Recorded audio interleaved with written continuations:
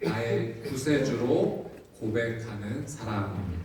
예수님을 믿는다는 것은 예수님을 따르겠다라는 말과 일치합니다. 예수님을 구세주로 믿는 자로서 예수님을 따르는 예수님의 제자가 되겠습니다가 우리의 믿음의 고백인 거죠. 자, 그렇다면 예수님은 지금 어디에 계실까요? 우리가 예수님을 따르기 위해서는 예수님을 만나야 하는데 예수님은 지금 어디에 계실까요? 여러분, 우리가 누군가를 만나기 위해서는 그 사람이 있는 곳으로 가야 합니다. 내 친구를 만나고 싶은데 친구가 병원에 있다? 그럼 병원에 가야 합니다. 정말 보고 싶은 사람이, 사무치게 보고 싶은 사람이 있는데 그 사람이 해외에 있다? 해외에 있을지라도 보고 싶고 만나고 싶으면 그곳에 발걸음을 옮겨야지만 만날 수가 있습니다. 우리는 어디로 가야 예수님을 만날 수 있을까요? 오늘 빌립보서 2장 말씀을 통해서 바울은 우리가 예수님을 어떻게 만날 수 있는지 그 영적 교훈을 우리에게 전합니다. 오늘 이 말씀을 통하여서 하나님께서 우리에게 주시는 세 가지 영적 교훈과 은혜를 함께 나누도록 하겠습니다. 첫 번째는 오직 겸손하십시오입니다. 하나님께서 첫 번째로 우리에게 주시는 영적 교훈은 오직 겸손하십시오. 여러분, 기독교 역사의 위대한 신학자였던 성 어거스틴에게 이런 일화가 있습니다. 한 제자가 질문을 합니다. 신앙에서 가장 중요한 덕목은 무엇입니까? 믿음 생활에서, 신앙에서 가장 중요한 덕목이 있다면 그것은 무엇입니까? 그때 어거스틴이 이렇게 대답을 합니다. 첫째도 겸손, 둘째도 겸손, 셋째도 겸손. 신앙생활에 있어서 가장 중요한 한 가지 덕목을 꼽는다면 그건 무조건 겸손입니다 라고 말을 한 거죠. 신앙과 믿음에 있어서 이 겸손이 너무나도 중요하다는 겁니다. 야고보서 4장 6절에도 이런 말씀이 있습니다. 야고보서 4장 6절 말씀을 같이 한번 읽어보도록 하겠습니다. 시작. 그러나 더욱 큰 은혜를 주시나니 그러므로 일렀으되 하나님이 교만한 자를 물리치시고 겸손한 자에게 은혜를 주신다 하였느니라. 아멘. 여러분, 하나님께서는요 겸손한 자에게 가까이 하시고 그에게 은혜를 주십니다. 하나님께서 멀리 하시는 자는 누구인가? 교만한 자입니다. 겸손하지 못한 자입니다. 여러분, 신앙에 있어서 이 겸손은 단지 성품만을 말하는 것이 아닙니다. 이 겸손의 영역은요, 하나님께서 누구와 함께 하시는지, 하나님께서 선택하시는 중요한 영적인 기준이 되는 겁니다. 내가 이 사람을 가까이 해야겠다, 내가 이 사람을 사용해야겠다. 하나님의 그 영적인 기준이 어디 있는가? 그가 겸손한가, 겸손하지 아니한가? 이것이 하나님의 기준이라는 겁니다. 여러분, 성경에서 말씀하시는 겸손은 이런 의미가 있습니다. 자신을 내려놓고 전적으로 하나님을 의지하는 것. 이것을 겸손이라고 성경에 가르쳐 주세요. 다시 한번 말씀드립니다. 성경에서 가르쳐 주시는 겸손은 자신을 내려놓고 전적으로 하나님을 신뢰하는 그 태도, 그것을 겸손이라고 말씀하십니다. 그래서 구약에서는요, 이 겸손이 온유로 표현이 되어 있습니다. 이 온유가 히브리어 원어로 아나부라고 하는 단어인데요, 자신을 낮춘다라는 의미가 이 단어에 담겨져 있어요. 온유는 무엇인가? 자신을 낮추는 겁니다. 겸손이죠. 그래서 민수기 12장 3절에 하나님께서 모세에 대해서 말씀하실 때 이렇게 말씀하셨어요. 이 사람 모세는 온유함이 지면의 모든 사람보다 더하다. 하나님께서 왜 모세를 선택하셨는가? 하나님께서 왜 모세를 사용하셨는가? 그가 온유하기 때문이라는 겁니다. 그가 하나님 앞에 겸손한 자였기 때문이다라는 거예요. 하나님의 사람의 선택과 하나님의 영광을 위해 나가는 그 기준이 겸손에 있다는 겁니다. 여러분, 그래서 겸손은 너무나 중요한 거예요. 하나님께서 누구를 선택하시고 누구를 가까이 두실지 결정하시는 중요한 영적 원리 기준이 됩니다. 그래서 예수님께서도 이렇게 말씀하셨어요. 마태복음 11장 29절 말씀에 나는 마음이 온유하고 겸손하니 내 멍에를 메고 내게 와서 배우라. 그러면 너희 마음이 쉼을 얻을 것이다. 나는 마음이 온유하고 겸손하니 내게 와서 배우라고 예수님께서 분명히 말씀하셨습니다. 그러면 우리의 영혼에, 우리의 마음에 하나님 주시는 안식과 평안과 쉼이 임할 것이라고 약속하신 거죠. 하나님께서, 예수님께서 이 온유와 겸손을 얼마나 중요하게 여기시는지 알 수가 있습니다. 여러분, 겸손한 자를 하나님께서 기뻐하세요. 겸손한 자를 하나님께서 사용하시는 겁니다. 여러분, 오늘 빌립보서 말씀에서도, 이 2장 말씀에서도요, 사도 바울이 빌립보 교회 성도들 향해서 영적인 권면을 할 때 강조했던 것이 바로 이것입니다. 여러분, 오직 겸손하십시오. 그 이야기를 하고 있는 겁니다. 지금 빌립보서 2장 1절에서 이 4절까지의 내용을 보면 요약해드리면 이런 의미입니다. 예수님께서 우리에게 위로와 긍휼과 자비를 주셨기 때문에 우리는 사랑으로 한 마음이 되어야 합니다. 그러니 다투지 마십시오. 교만하지 마십시오. 오직 겸손하십시오. 나보다 다른 사람을 더 소중하게 여기십시오. 그것이 하나님의 뜻입니다. 하나님께서 주신, 예수님이 주신 놀라운 은혜가 있기 때문에 그 은혜를 받은 자라면 사랑으로 하나가 되어야 한다는 거예요. 그러니 다투지 말고 교만하지 말고 오직 겸손하십시오. 이것이 사도 바울이 빌립보 교회 성도들에게 주는 영적인 권면이고 강조입니다.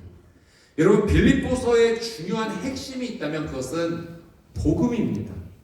복음의 사람은 어떻게 살아야 되는가, 그 관점으로 빌립보서를 읽어나가면 굉장히 큰 유익이 많습니다. 오늘 말씀에서 복음의 사람은 어떻게 살아야 되는가, 하나님께서 사도 바울을 통해 우리에게 가르쳐 주시는 하나님의 뜻은 복음의 사람은 겸손해야 된다는 겁니다. 여러분, 내가 예수님을 믿는 자로서 예수님으로 충만하기를 원하죠. 내가 예수님으로 충만한지 어떻게 알 수 있는가? 정말 내 머리끝부터 발끝까지 나는 예수님을 믿는 자로서 가득한가? 예수님으로 충만한가? 그것을 알 수 있는 방법이 있다는 거예요. 내 삶에 하나님께서 기뻐하시는 그 겸손의 열매가 열리고 있다면, 나를 낮추고 다른 사람을 더 낮게 여기고 존중히 여기고, 나를 낮추고 하나님을 더 귀하게 여기고 전적으로 신뢰하는 그 겸손의 열매가 열리고 있다면 내 삶은 예수로 충만한 삶인 줄 믿습니다. 내 삶의 겸손이 예수로 충만한 그 놀라운 시작이라는 거죠. 여러분, 겸손이라고 해서 나를 부정한다거나 나를 하찮게 여겨야 된다, 그 의미의 겸손이 아닙니다. 성경적인 겸손은 내가 나를 주목하는 것이 아니라 타자를 주목하는 겁니다. 다른 사람을 더 주목하는 것이고 하나님을 더 주목하는 것이 하나님께서 우리에게 가르쳐 주시는 겸손의 모습이라는 거예요. 그래서 유명한 기독교 작가인 필립 얀시가 겸손을 이렇게 정의하고 표현했죠. 겸손은 자신을 낮추는 것이 아니라 겸손은 다른 사람을 더 중요하게 여기는 능력입니다. 그러니까 성경에서 가르쳐 주시는 겸손은 나보다 다른 사람을 더 주목하고 그를 귀하게 여기는 것, 더 아름답게 여기는 것, 더 소중하게 여기는 것. 그래서 이것이 하나님을 더 주목하게 하는 것이 하나님께서 기뻐하시는 겸손이라는 거죠. 그래서 여러분, 우리가 예수님을 믿는 자로서 예수님을 따르기 위해서 우리에게 필요한 것이 무엇인가? 바로 겸손입니다. 그리고 우리는 이 믿음 안에서 어떻게 기도하고 어떻게 고백해야겠습니까? 하나님, 저는 연약합니다. 그러나 우리 하나님은 위대하십니다. 하나님, 저는 부족합니다. 그러나 우리 하나님은 전능하십니다. 나의 삶 속에서 시선이 내 삶에 머무는 것이 아니라 하나님께로 옮겨지는 것. 나의 연약함을 인정하면서 나는 하나님 없이는 살아갈 수가 없습니다라고 전적으로 하나님을 의지하는 것, 기대는 것, 이것이 하나님께서 원하시는 겸손의 모습이라는 거죠. 그런 겸손의 모습이 있는 사람은 일상의 삶 속에서 사람과의 관계 속에서도 그렇게 살아간다는 겁니다. 나를 주목하는 것이 아니라 그 사람을 더 귀하게 여기면서 존중해 주는 것. 다른 사람의 연약함을 보았을 때 그 부족한 점을 대해서 정죄하거나 그것을 내 입 밖으로 꺼내는 것이 아니라 그것을 이해해주고 감싸 안아주는 것. 나도 저런 연약한 모습이 있지 인정하면서 오히려 자신에게 회개의 기회로 삼는 것. 이것이 하나님께서 우리에게 원하시는 겸손의 모습인 거죠. 그것이 예수님을 따르는 삶이라는 것입니다.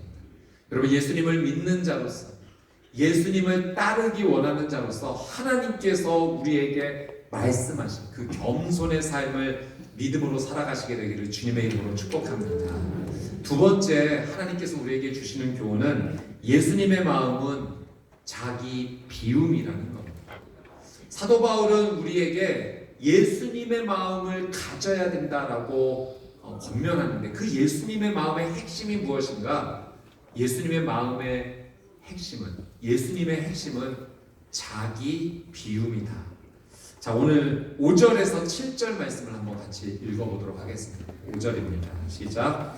너희 안에 이 마음을 품으라. 곧 그리스도 예수의 마음이니 그는 근본 하나님의 본체시나 하나님과 동등됨을 취할 것으로 여기지 아니하시고 오히려 자기를 비워 종의 형체를 가지사 사람들과 같이 되셨고. 아멘. 여러분, 바울이 빌립보 성도들에게 너희는 이 마음을 품으라. 곧 그리스도 예수의 마음이니, 예수님의 마음을 품으라라고 권면을 합니다.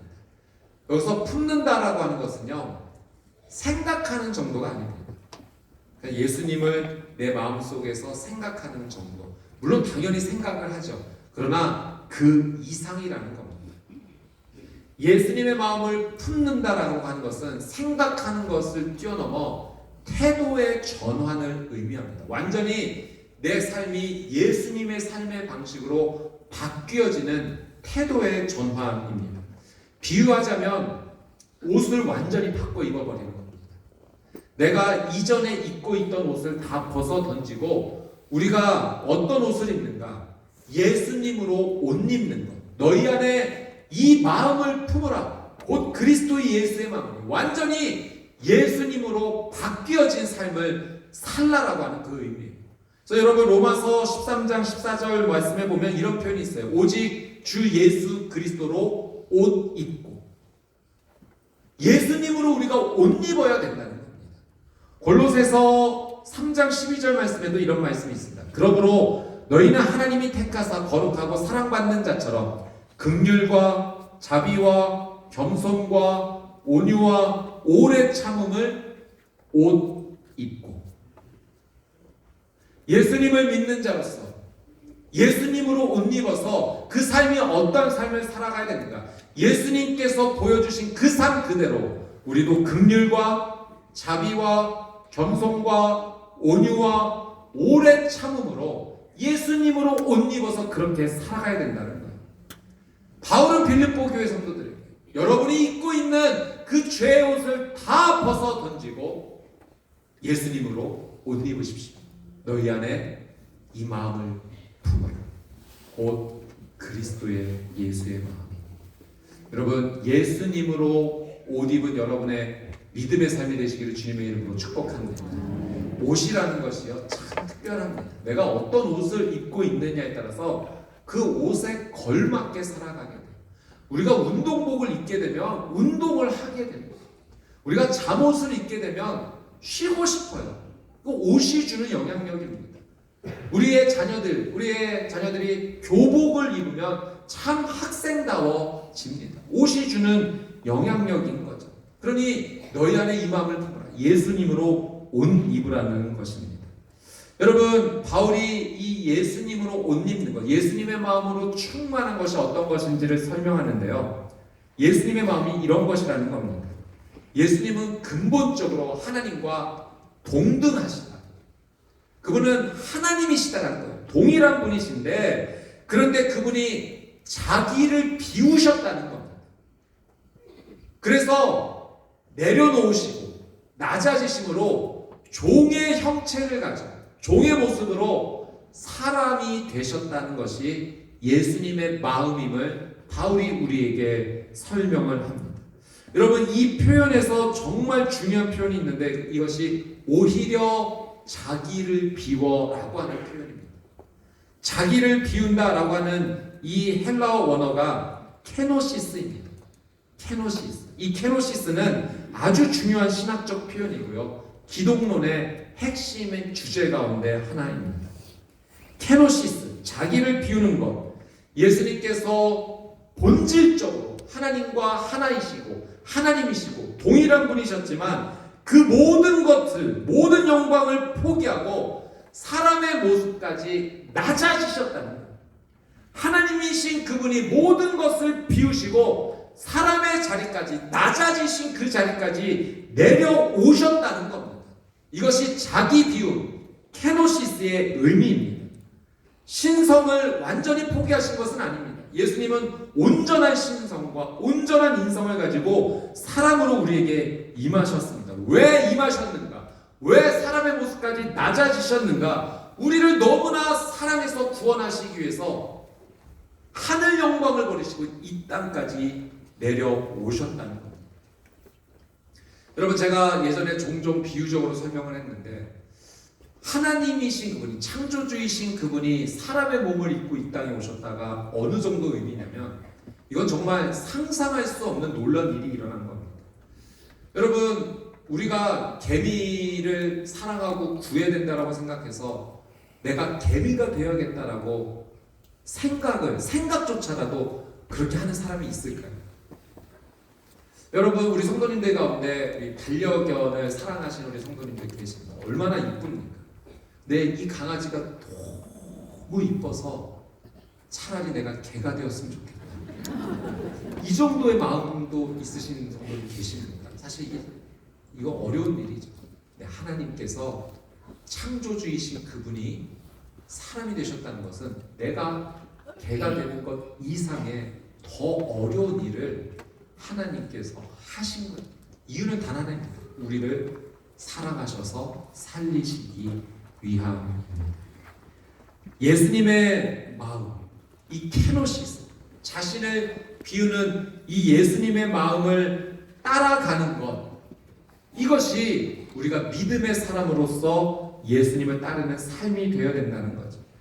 여러분, 우리가 무엇을 한다 한들 하늘 영광을 버리시고 이 땅에 오신 예수님의 그 모습을 온전히 따를 수가 있겠습니까? 감히 흉내조차 내지 못할 겁니다. 그러나 우리가 예수님의 이 낮아지신 마음, 자기 비움의 케노시스의 마음을 따라 살기로 할 때 할 수 있는 일들이 분명 우리의 삶 가운데 있습니다.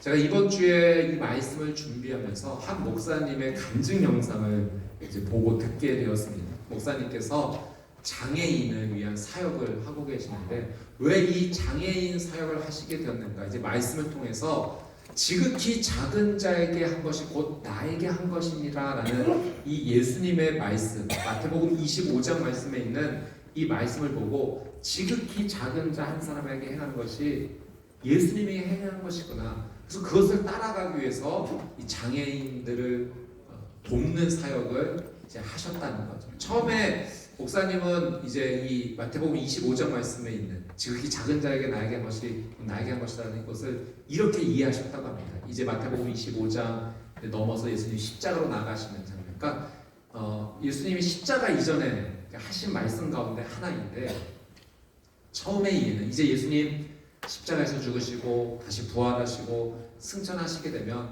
남게 되는 어렵고 힘든 이웃들, 작은 자들이 있으니 목마르고 헐벗은 자들 그리고 도움이 필요한 자들이 있으니 나를 대신해 예수님을 대신해 너희들이 좀 도와줘라 그런 의미로 처음에는 이해가 됐다고 합니다. 그래, 예수님을 대신하여서 그렇게 섬기는 것이 믿는 자의 도리지. 처음엔 그렇게 생각했는데 나중에 하나님께서 더 깊은 깨달음을 주셨는데, 이제 예수님께서 십자가 지시기 전에 이 말씀을 하신 이유는, 이제 예수님께서 부활하시고 하늘로 승천하시게 되면 제자들이 예수님이 너무 사무치게 보고 싶을 거 아닙니까? 예수님 만나고 싶다. 예수님 또 보고 싶다. 제자들, 그렇게 보고 싶어하는 제자들을 위해서 준비해 주신 말씀이라는 거죠. 너희가 나를 그렇게 보고 싶으면, 나를 만나고 싶으면 지극히 작은 자에게 가서 그들을 도와줘라. 그러면 내가 거기에 있을 것이다. 내가 거기에서 너를 만날 것이다. 지극히 작은 자를 만나게 되면, 그리고 그에게 예수님의 그 낮아지심, 케노시스의 마음으로 그렇게 낮은 자리에 가서 그 사랑을 베풀면 예수님을 만나게 될 것이다 라고 그 말씀으로 받아들인 거죠. 그래서 지극히 작은 자를 위해 살아가야겠다라고 이 사역을 시작하셨다는 거예요. 제가 이제 그 목사님의 이제 영상 간증을 보면서 이제 굿윌 스토어에 대한 사회적 기업 알고는 있었지만 한 번 더 이제 알게 되었습니다. 이 굿윌 스토어는 어떤 일을 하는가? 이제 예를 들면 우리 성도님들이 가정에서 사용하고 있는 물건 중에서 예전에는 잘 사용했지만 지금은 잘 사용하지 않게 돼. 그러나 그렇게 나쁘거나 더럽지 않은데 지금은 쓰지 않는 것을 기증을 해주면 그것을 깨끗하게 잘 손질해서 이 장애인분들이 그것을 손질하고 판매하는 역할을 하게 된다는 거죠. 이 일이 장애인분들의 자립에 엄청난 큰 도움이 된다는 겁니다. 여러분, 이제 다음 주가 부활주일입니다. 그리고 그 다음 주는 우리 평촌교회가 장애인 주일로 또 하나님께 예배하며 나가고자 합니다. 또 올해가 창립 60주년입니다. 하나님께서 우리 평촌교회를 지난 60년 동안 이렇게 지키시고 보호하시고 인도하셨다는 것은 정말 너무너무 놀라운 은혜입니다.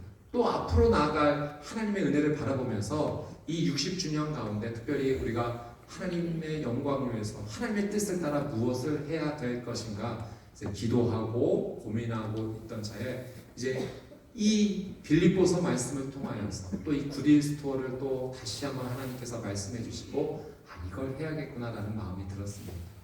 우리 성도님들께는 나중에 다시 한번 자세하게 한번 좀 설명을 드리고 안내를 드리도록 하겠습니다. 우리가 가지고 있는 것 가운데, 그러나 예전에는 잘 사용했지만 지금 사용하지 않는 것, 그러나 조금만 수리하면 또 귀하게 쓰임받을 수 있는 것들을 기증하고, 그래서 이 일을 통하여 장애인분들이 자립하여 일어설 수 있는 조그마한 기회가 된다면 여러분, 이것이 예수님의 케노시스, 자기 비유, 우리를 사랑하사 낮은 곳까지 임하신 예수님의 그 모습을 따라가는 믿음의 모습이 되지 않겠습니까?